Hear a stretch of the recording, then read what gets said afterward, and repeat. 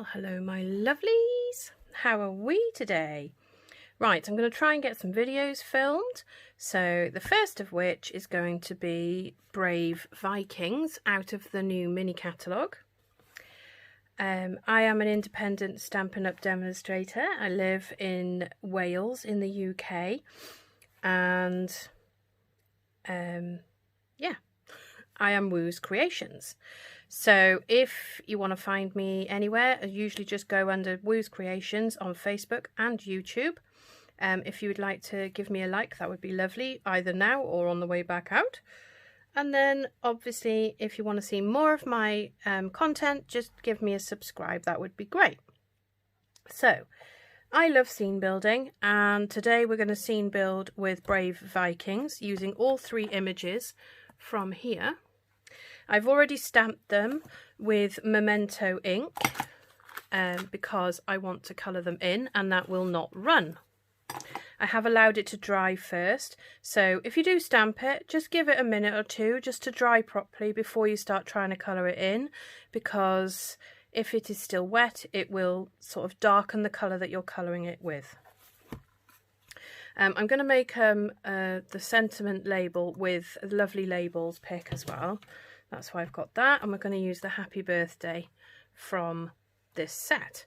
I have borrowed some trees and some grass from different sets, but just use whatever you've got. You don't even need trees. I just like to add a little bit of a extra background really, because of where I place my ship and things. It's just, you know, just to balance the page and the card out. So I'm going to colour these in, but I am going to, I'll colour one with you to show you how I do it, because everybody does it different. I'll colour the girl, and then I will stop the video and start again, and I'll just get those two done. So we'll start with the girl. Now generally what I do is start with her dress. So I'm going to grab the bronze. We are going to have a launch of some new products soon, and there will be some more skin colours, so that's going to be awesome. Can't wait for that. So I will be demoing them because I am going to order a couple. So we're going to colour her dress. So what I'm going to do is I'm going to go round the edge of the dress. Oh, couldn't get the lid off then. With the darker, with the brown. So basically what we're doing is creating a little bit of, so it's not just flat brown coloured in, it's going to look more blended and natural. If you wanted to, you could work out shadows and draw it all perfect and whatever, but I don't generally do that. Sometimes I will, depends on the card really. But generally, I don't bother. So her dress is going to be brown, and then I'm going to just go over the lines on her shoes, because obviously they are fabric tied with string or rope. Then I'm going to grab the, let me have a look what we've got here. That's light crumb cake. I want dark. Let me just check. And I always have my scrap paper next to it to sort of check my colours, to make sure it's not going to be too dark compared to that, so that when I do colour over the top it's not going to change. Well, that's not very good, is it? That's very, my light crumb cake seems to have dried out. Oh, I think I can get away with it. So I think I need to invest in a new one, because it is a consumable, so these do not last forever. Okay, so all I'm doing is filling in the gaps, but just circling and covering around the edge of the dress as well, because then it blends in the brown from the edge.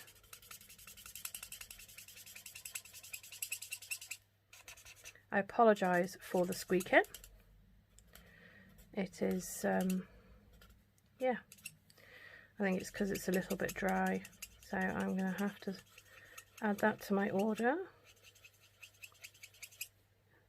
Okay, so we're just going to keep doing that. I usually use the brush end, but this one seems to be quite dry, so it's not working quite as well. So then what you can do is take your brown back in the first colour and then just literally just go around the very edge. It will blend in a bit more, it will dry a little bit and give you a different shade again, but it just, if it takes away the highlight of that, it just, you know, you want it to come back, you don't want it to be so right. So the shoes, I'm filling in the gaps with dark crumb cake because I don't want it to look the same as the dress. Maybe a little bit of dark crumb cake in areas on her dress.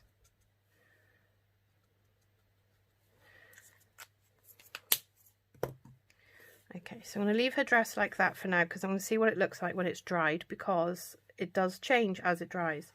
So then I have, let me just move those out of the way. I want to make her hair like a red. What have we got here? Dark Cajun Craze. That could work very well. So I'm literally just going to go down her hair, adding a little bit of this colour, but not all of it, and I'm following the lines that are already on her hair. Then I'm taking dark Calypso Coral and I will fill in, but at the same time go over the Dark Cajun Craze. Okay, like so, and then it gives you a bit more dimension to a hair, so it's not just flat. You can go back over with a bit of Dark Cajun Craze if you wanted to, just to sort of, you know, add some more darker patches back in. Then for her spear, I'm just going to colour it in solid brown because it would have been a stick.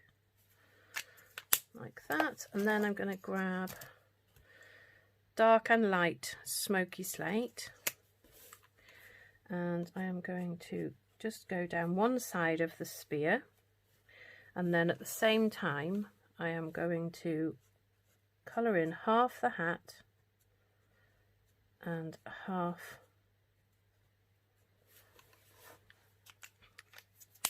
there, and then when we do the light, you just go over the line just where you've done the dark,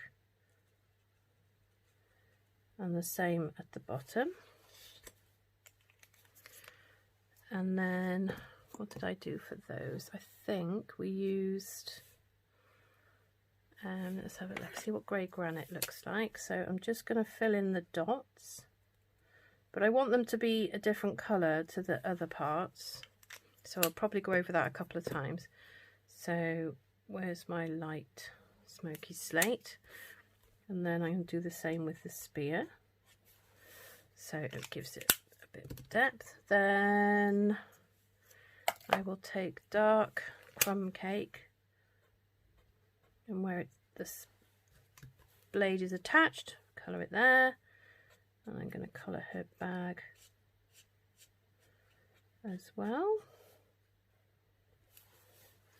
Like so. And then we have ivory, which comes with the bronze, and I'm going to use that for her skin colour. And then if you do it and it just seems a bit too dark, you can use a little bit of colour lifter just to lighten it up a bit, because it helps to move the colour around a bit. So I'm just going to do that, and then I'll show you what I mean. So you take the colour lifter. I'm going to use the non-brush end, the finer tip, and then I'm just going to gently go over where I've got blanks, but touches where the edges are, and it sort of blends in all the colour but leaves it a little bit lighter in the middle, so it looks, she looks cute. So right, and then we've got two little tiny beads on the ends of her waist tie. Oh, hang on. So many of my pens have been attacked by my daughter because she loves to watch me colouring, but she also loves colouring. So if she sneakies into my bedroom, she will then come in and just use them. So instead of stopping the video, I'm just going to speed up this bit. So I'll carry on colouring, but I will have speed it up. So I'll be back with you in a few moments.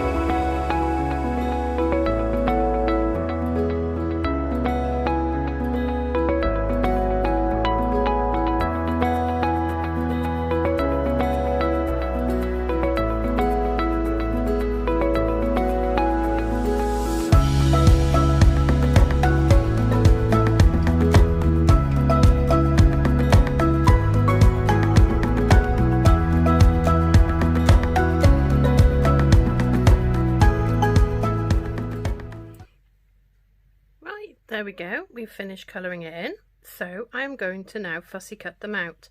So I will be back with you in just a second. So now I have completed my fussy cutting.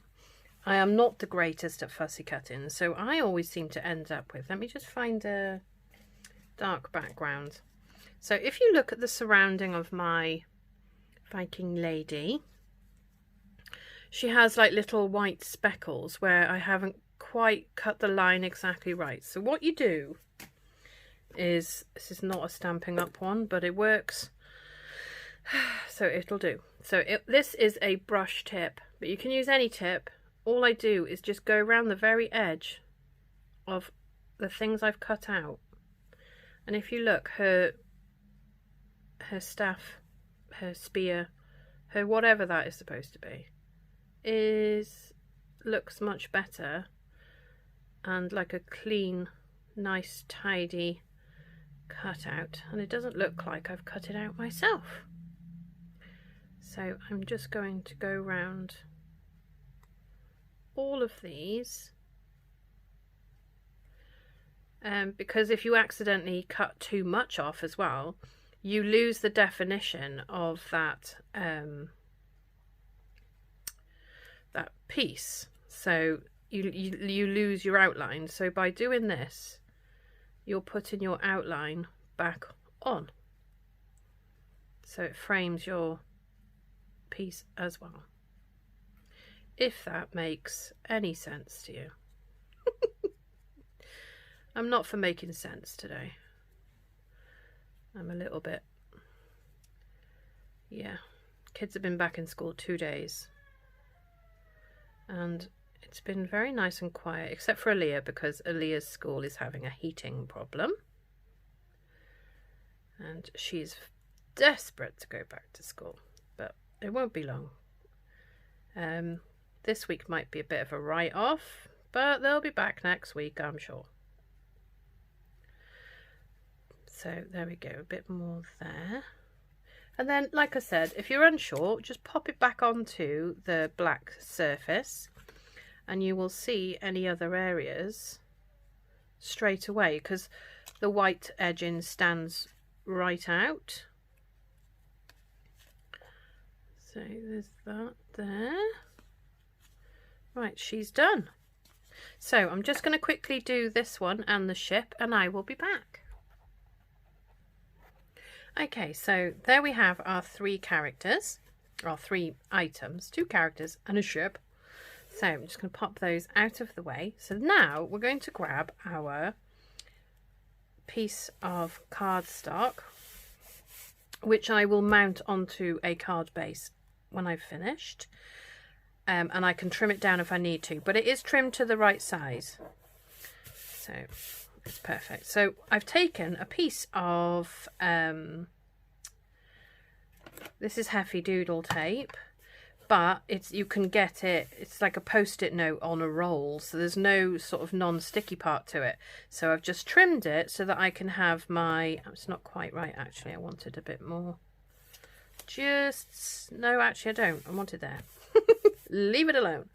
So what I'm going to do now, I'm just going to move those pens out of the way because I don't need them now. And bring in some blending pens.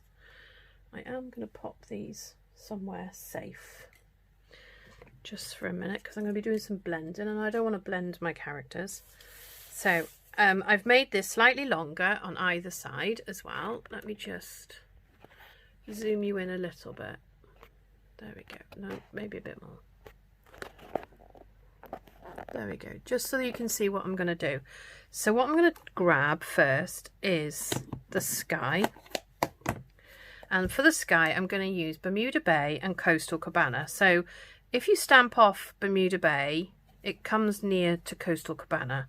So you could do it with just Bermuda Bay and just do very light strokes at the top, bringing it darker as you get to this line here. Whichever, you know, you don't have to have all the colours. You can do it with just one or two.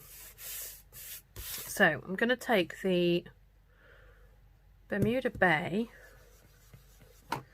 and I'm just going to test it off the side. And I'm just going to add some colour in circular motions. Doesn't have to be circular, it can be anything you want. Right, I need some more ink on my brush. It's not very, it's not absorbing the colour today. There we go, that's better. So I'm just going to go along. I don't mind if there's wispy bits, and you know, it all gives it texture to your finished product, and you won't see some of it because there will be a ship on it and there will be anyway, there'll be ships and Vikings in the way. So I just wanted to get this line quite sharp, if you know what I mean. Okay, so that's that one. And then I'm going to clean off my brush, which I do just by emptying the ink off. There wasn't much left on there anyway. Taking the lighter Coastal Cabana now and working from the top and working my way down to where I was with the Bermuda Bay.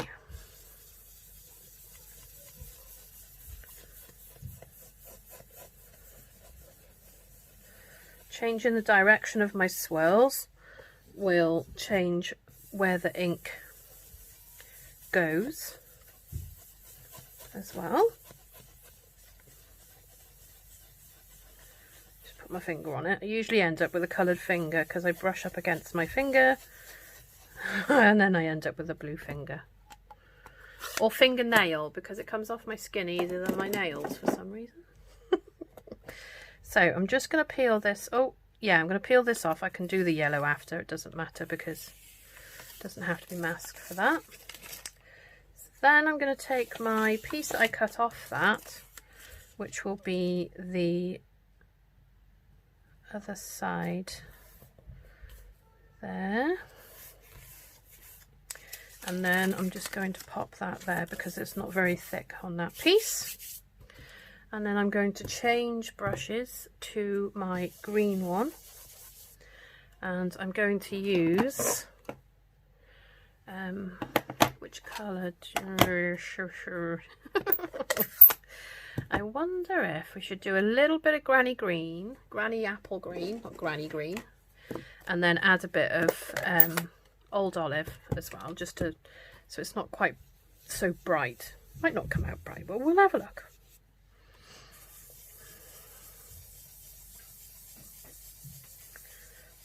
So with this one, I want it dark at the bottom. So I'm going to concentrate on the bottom for a second. And then emptying my brush of the rest of the ink on this bit, going in different directions. I mean, you can just do brush strokes like that if you want to, but I always start off the area I'm colouring. And if you're doing this, you go off either end, because if you just put your brush down and sweep, it will leave you with brush marks. Right, okay, so that'll do with that. So then we're going to take our old olive,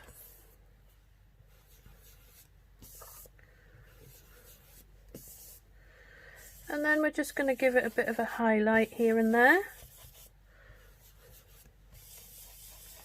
So along the bottom. I think my brushes need cleaning, if I'm honest, because I think they're not absorbing the ink like they were when I first got them. So a little bit up here. So you're just mixing it until you get the shade of green grass you want. Right, we're going to leave the old olive out because I will put some grass and some dottage on the grass. Give it a bit of texture. So there we go, we've got our sky on our land, which is where we start. Now I need shaded spruce, and this is the trees from Grassy Grove, a new stamp set in the new mini catalogue, and I'm only going to stamp ink up the top half of my trees, because I want my trees to be just at the top here, and then I'm going to move them down slightly, and then I'm going to do second generation there, and then I think this time we'll go one more just there, like so. So I'm just going to get my chamois.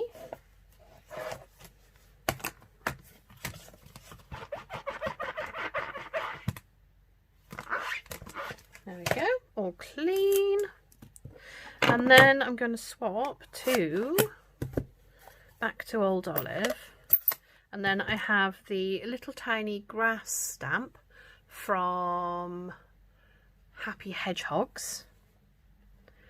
And it's, you know, it's a case of just look through everything you've got and just pick the bits that you think you can use. So I'm going to do 2-stage stamping so that I got, or second generation stamping, sorry, so that it's giving different dimensions to it.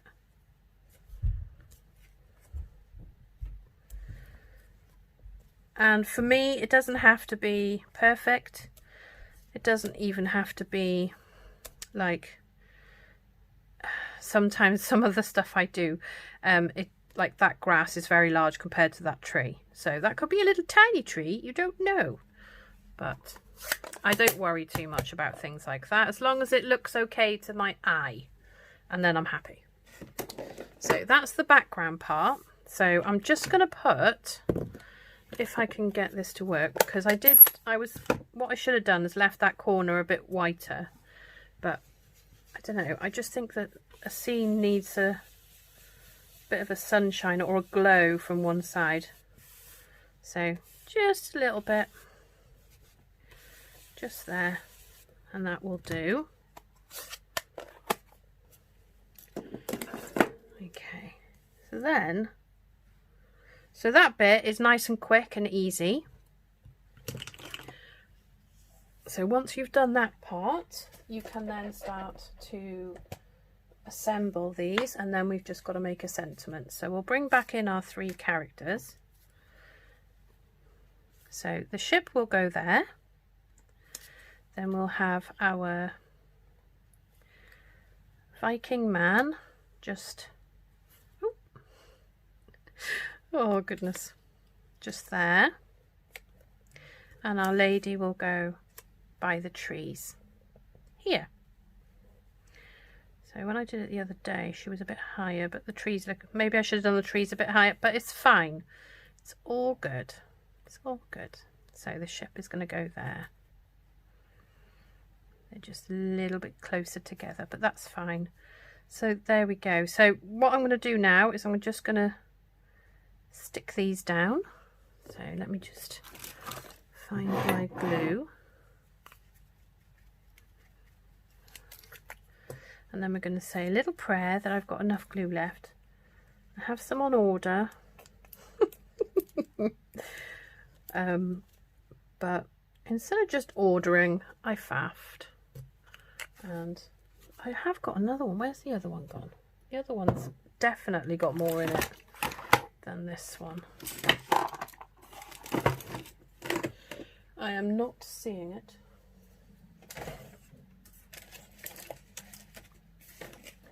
Nope, can't see it. So we're just going to plod on regardless. So it's quite strong glue, but because there's lots of little bits on these, I'm just going to, there we go. And then I can share a little bit of excess glue that just came out with my Viking man. So let's just pop her on. So she's going to go up in the trees part there. And then, there we go. Give it a bit of a tap. And it encourages the glue to come down a bit. There we go. So we'll share a little bit with the ship.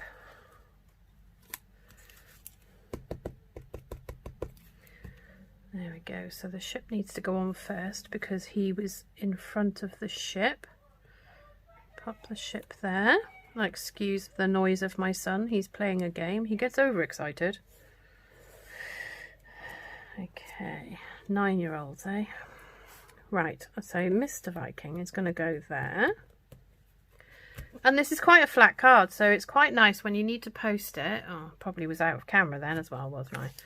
Right, so there we go. So I'm going to zoom out a bit now because we don't need to be quite so close. So that is that. So I'm going to grab, you don't have to put dottage, but I just think it makes the ground look a bit, I'm going to go back to my all-time favourite. If I knew where it was, that would be great. Oh, it's there. It's right next to me, guys. Right next to me. This dottage. So I'm just going to grab crumb cake. And I will be stamping it off because crumb cake can be a little bit dark. Oh no, maybe not. So I am just going to do 3 generations of stamping with this.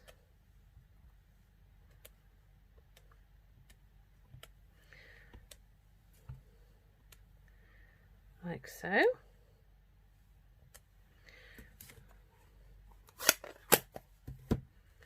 Okay, so that's perfect. So then I'm going to grab the card base.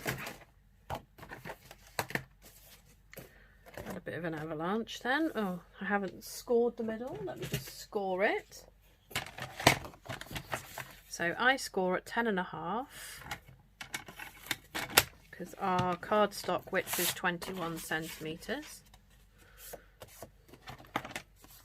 And I can get two card bases out of one piece of cardstock. Excuse my bone folder, mine has gone. I've decided because I've tidied up and I still haven't found it anywhere. Right, okay, so this must be the one I haven't cut down. So you could, you could double, you could put a double matting layers on these if you wanted to pull out 2 colours, because you could put garden green, because we used that shaded spruce, sorry, and then the other one, so that would look quite cute. But I generally just stick with one matting layer because it's a lot of card. What am I doing? I just made the other one. Oh dear, marbles disappearing rapidly. Okay, so I'm going to use tear and tape to put this down because it's instantly stuck. If you're not confident, I would use liquid glue if you're not confident with lining up, because if you use liquid glue, you've got wiggle room, so you can sort of put it down, don't push it down, and then for a couple of seconds, or 5 or 6 seconds, you can actually move it around a bit. But once it's dry, it is there, it's not coming off. But like I say, it gives you a little bit of time to move things around. But using this, once you've stuck it, it's very hard to get back off. Okay, so that's that. Then we are going to take our card base, and what I do is I hold my hand underneath so that the sticky bits don't go down onto the card at the wrong time. So I try and line it up on this end, and as long as I've cut the card base right, it should line up. Okay, so I have a piece of scrap white, basic white, and I'm going to stamp the sentiment we want, which is happy birthday, you've conquered another year. So here we go. Sometimes you will get halos on your stamps, so if you accidentally push too hard, you can sometimes get a halo.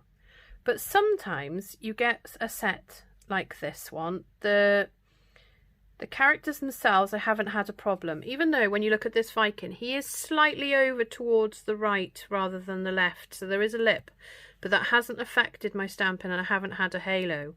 Whereas when you've got a narrow stamp like the sentiments, I've had to trim the bottom of this one and this one because there was quite a lot of rubber, because these were right up the top edge of the stamp. So all I've done is used my paper snips and I've trimmed off a little bit here, and now I don't get any halo at all. And there is nothing wrong with trimming them up, because if they're going to make a halo, I'm a little bit heavy-handed, so I tend to get halos sometimes because it's just me. But I could see that this was because the cutout part was just a little bit to one side rather than the other. It wasn't central. So, yeah. So again, when that happens, sometimes, it doesn't happen very often, what you need to do is work out when you're stamping, because obviously the sticker I have put central onto my stamp, but then I've cut it off because the stamp was quite high. So what you need to do is work out, so use the lines on the grid paper, so like so, and then you can see that it's a lot lower than where I thought it was going to be because I lined up the bottom with this line. So let's just do that again. So once you work out roughly where it is, should be able to get it pretty central on your... So it doesn't really matter with this one because I'm going to be trimming it down so that I can actually cut out each end with the lovely labels punch. So I'm going to trim the sides of this down. So I want it to be... Let's have a look. Trim it off the top and the bottom, and then we can have a look. That looks a bit wonky now. Oh dear. You just can't get the staff. Right, let's try that. Is that better? Yes, so I think what I'll do is I'll do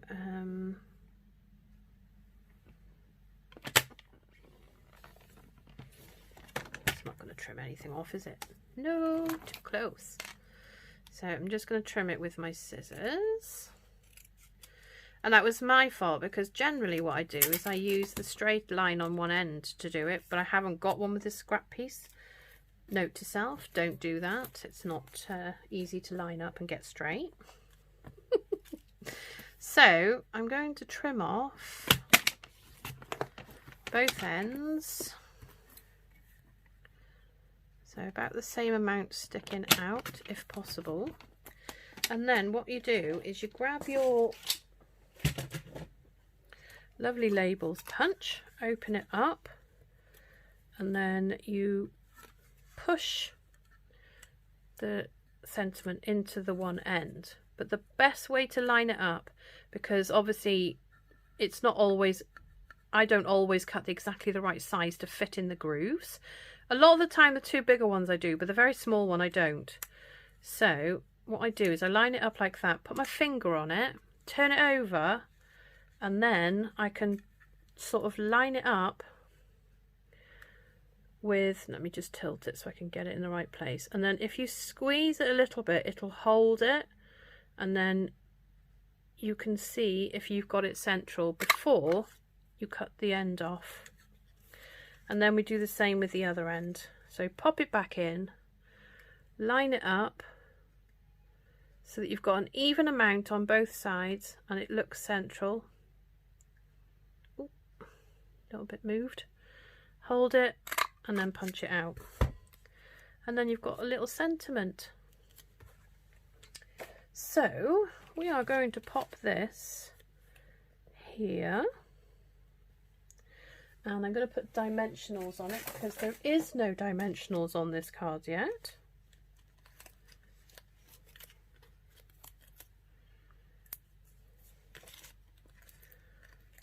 Right. Oop.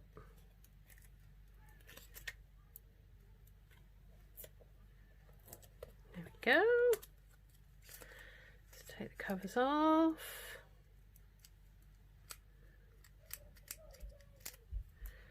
There we go, and then that's going to go just here, like so. And then you can add a couple of gems. Where are my gems? Gems. Oh, crash, bang, wallop. So let's have a look what we've got. Oh, I have a few of these left, so I think I'll just use these up. So we'll put, oh, one there, and I think we'll go with a, like a cherry cobbler colour on that end, and then maybe put one there. Oh, I think maybe one there, and then I want a couple of small ones. What have I got? So I want some pretty bling bits, so I'm going to put the crushed curry one in the middle of his shield.